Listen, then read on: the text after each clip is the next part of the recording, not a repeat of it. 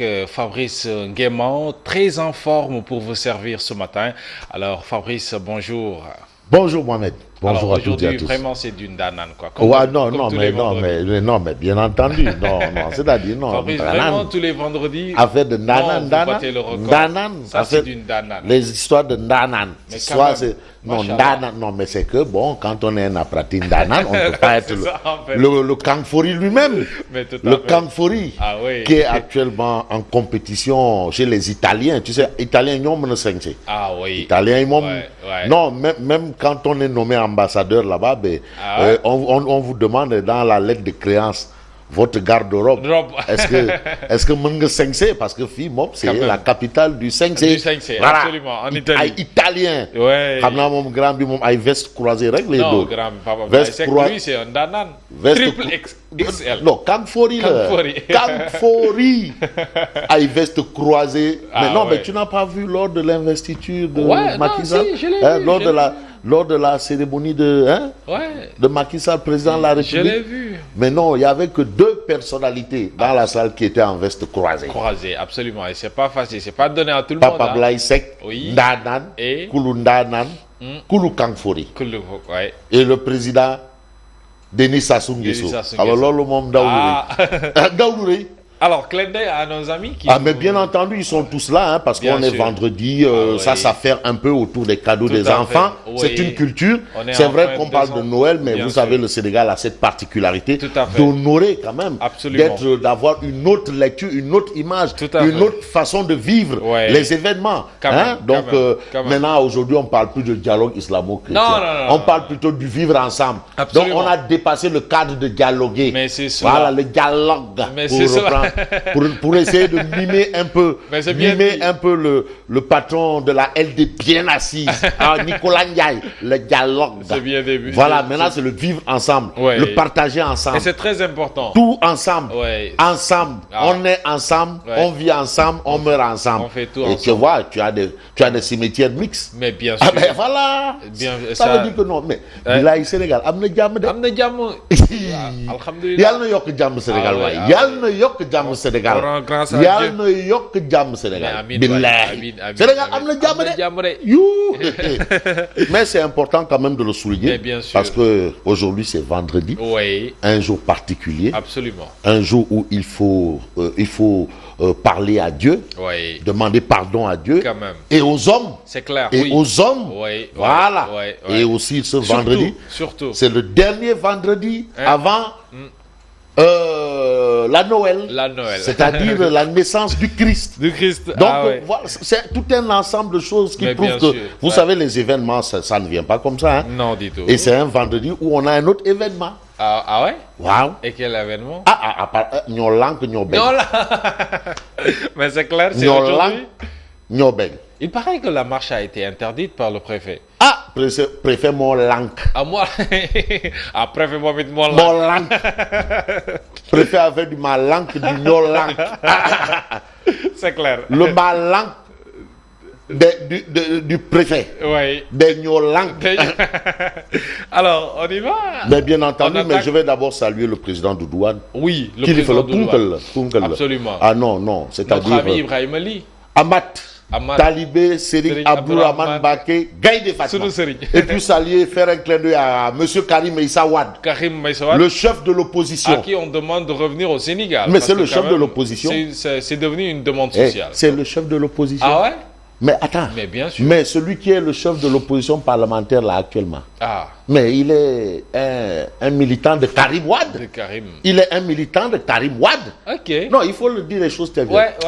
Mais ouais, j'ai un problème. J'ai un gros problème. C'est quoi le problème? Un problème assez particulier.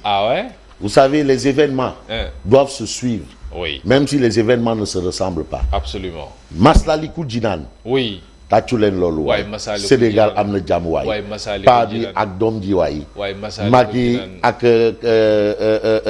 góor gi waay ndeysaan vraiment palais le doxu mbokk de góor gi waay ndeysaan kay ba dee téema dem seet ci sama doom ji billaay Abdoulaye Wade non Wade il a un grand cœur il demande je vous assure plus que yow tu es venu ci ni papa baal ma ak bien sûr jeex na léegi bàyyi ma dem doxu mbokk. il ne cesse de nous surprendre. dem seet si sama doom ji. ci lan la nekk. absolument. est-ce que ça va.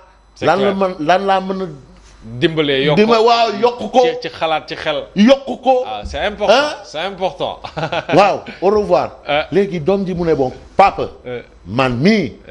dinaa sol sama dàll. ñëw seet si la. waaw ba léegi. waaw ba léegi waaw wax nga dëgg ça doit se faire. waaw.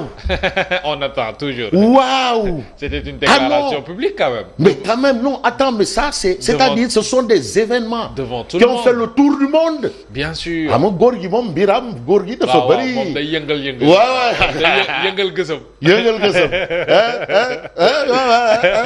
day toj rajaxe. mais léegi. mais. kilifa gi. on attend toujours hein. waaw oui mais il faut qu'il s'exécute. mais lu xew. mais il faut et en même temps non il faut Mohamed. oui non parce que ça c'est la nation sénégalaise. oui. mais lu xew. ça aussi c'est une demande sociale. waaw mais il faut qu'il aille voir son père. direction avenue Roume. oui fii. sorewul. paa bi. waaw loolu moom sorewul. mën nga c'est pas du tout loin. dox sax. mais bien sûr. mais lu xew. mais on attend toujours hein. et c'est la question que. mais entre temps aussi góor gi moom. mut di xool rek. quand même. xam nga mag buur la. waaw. mut rek di xool rek. waaw lu xew. waaw c'est un oui j'ai pris Doudou Wade j'ai pris Bara Gueye pour les mettre dans le dialogue. góor gi mu ne mut rek. waa kan moo la sant loolu déet mu jël naa leen ok. mut rek. bon. alors Karim Meïssa Wade. On attend Karim. En attendant, on peut passer au menu. Hein. Alors, la une de tribune. À la une de la tribune, il est écrit manifestation de Nyon Lank à la place de l'Indépendance, vendredi de toutes les sueurs. C'est tant que dire, parce que Jack Bauer, il est hier à 2h du matin. Moi, j'ai vu Jack Bauer. Ouais? Bilay. À 2h du matin? 2h du matin. Quand il y a quelque chose, moi aussi je fais le tour. Bien sûr. Parce que le rôle d'un journaliste, c'est aller sur les lieux. C'est ça en fait. 2h du matin, Gisna Jack Bauer. Mais qu'est-ce qu'il faisait Jack Bauer? Bilay. Si on est les... Il était déjà avec sa tenue de commandement. Jack Bauer a une manche longue, a une manche courte. Mais à 2h du matin, Jack Bauer était déjà en manche courte. Wow. Depuis Dembe. Manqué. Ça va être très difficile. Il manqué wore Wad Sar sama yaay jooju lu mu wax loolu laa gëm de. gaz rek dina manqué Jack Bauer daal bi moom daf ko ciré ba mu normal et fort bi génn na. xam nga moustache Hitler la moustache de Hitler. waaw comme Hitler. Il a bien limé ça chez le coiffeur du coin. Jack Bauer en ordre de bataille. Tout.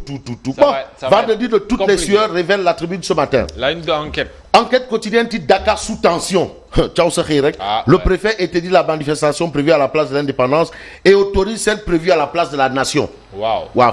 Est-ce qu'ils vont à la place de l'Indépendance ou à la place de la Nation? La Nation. À mon avis, mais vous allez à la place de la Nation. C'est beaucoup plus parce que Jack Bauer... il est déjà sur les lieux. Depuis hier. C'est clair. Depuis hier. C'est clair, la une de l'Observateur. Mais Observateur parle de manifestation contre la hausse du prix de l'électricité, enjeu d'un vendredi à haut risque. Ça, c'est ce que révèle l'Observateur. L'Obs, on a Aliou Sadé, coordonnateur du mouvement Y'en a marre et membre de l'Union Lank, qui soutient « Nous ne nous laisserons pas divertir ». Absolument. D'accord. Critique. À la une de critique, on peut lire manifestation contre la hausse du prix de l'électricité, enjeu de l'acte 3. Enjeu de l'acte 3. Enjeu de l'acte 3. Mais aujourd'hui, on passe au témoin quotidien.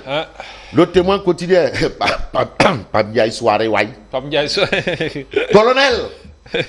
À la une du témoin quotidien. Nyon Lank entend braver l'interdiction du préfet. C'est le témoin quotidien. C'est le témoin. Nyon Lank entend braver, le témoin est là quand même. Le témoin, Mam Sidi, si le témoin de est là. De l'électricité dans l'air à Dakar. Parce qu'ils disent que la Constitution est au-dessus de tout arrêté. Hein? En tout cas, préfet Mont Lank. C'est le Nyon Lank contre le Mont Lank. Est-ce que c'est du beurre bouquet mbam? Wala beurre mbam ak bouquet? Yalla rek xam. De toutes les façons, enjeu de l'acte 3, Birba Ngok, Yenangok. Et puis, l'Observateur, l'As quotidien. Bon, le témoin, on l'aurait eu quand même, c'est super intéressant. Même si on a le témoin... Bon, d'accord, on passe à l'As quotidien. L'As quotidien révèle de l'électricité dans l'air. Interdiction de la marche de Nyon Lank, de l'électricité dans l'air. Ouais. Réumi quotidien. À la une de Réumi quotidien, il est écrit Réumi quotidien. Réumi, oui. Manifestation du collectif Nyon Lank. Le préfet interdit la marche. Mais retenons aussi quelque chose dans Réumi quotidien. Attaque contre Maktar Cissé. Cissé Ngari.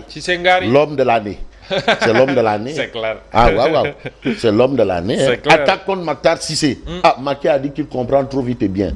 Mais quand le jour Maki l'a dit, j'ai su que qui dans on va le tchausser. Il faut jamais. Quand le président vous félicite, Bilaï, allez, fouillez. Il faut s'attendre.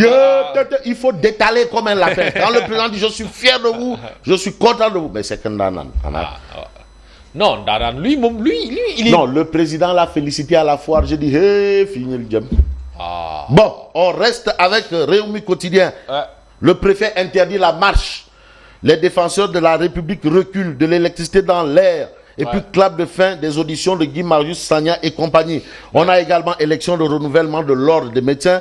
Les médecins recusent Abdoulaye Diouf Sarr. Les médecins en ordre de bataille. Recusent. Et qui recusent Abdoulaye Diouf Sarr. Bon, source A. Oui. Contrôle de la place de l'indépendance par Nyon Lank, Nyon Beng.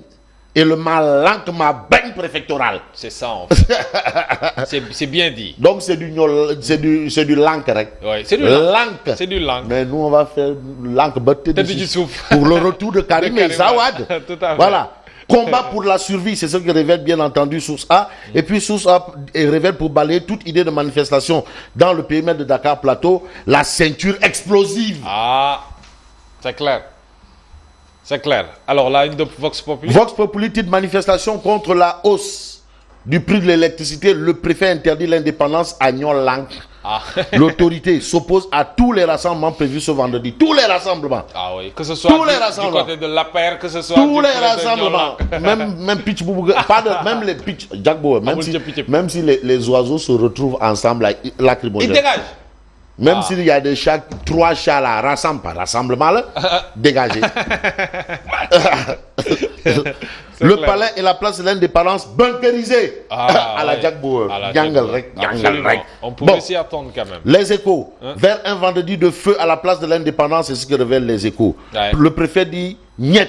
Nyon Lank maintient son rassemblement, indique bien entendu le journal Les Échos. Et puis, grand place de révéler encore une fourberie de la Sénélec. Un bateau central turc loué pour 5 ans. Turc. C'est ça en fait. Bon, connecté au réseau de Bel Air avec une production de 235 MW, ni appel d'offres. Est-ce que ce n'est pas une question de souveraineté? Je sais pas. Parce que aussi, il y a une parfois on évoque la souveraineté. Bon, Sud Quotidien, renouvellement des permis de conduire. Sud Quotidien, quand l'État raquette ses citoyens. C'est ce qu'on a là, bien entendu, de Sud Quotidien. Et puis, guerre à l'APR, Beno, attaque contre Nias, manif contre la hausse des prix de l'électricité. Zatson Bay, sort du bois. Tu as vu son compétit là-bas, Zatson. Non, Zatson Bay, à la Tafa le progressiste. Non, ça c'est Tafa. Tafa Junior. Zatson Bay sort du bois. Pourquoi? Pour des touilles, tel. Mais on retient un titre quand même. Une information de témoin. C'est dommage que le témoin ne soit pas là et pourtant il devrait être là. Alors, à cause d'une pénurie du Nyamumbam.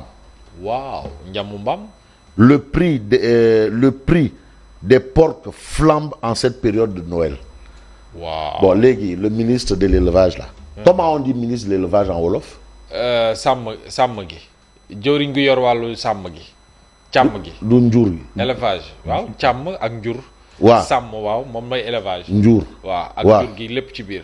Waaw, léegi mbam ci jur gi la bokk. Ci jur gi la bokk wala? Waaw, mbam gàtt na waaye ci jur gi la bokk. Ci jur gi la wala? Ci jur gi la kay. Bon.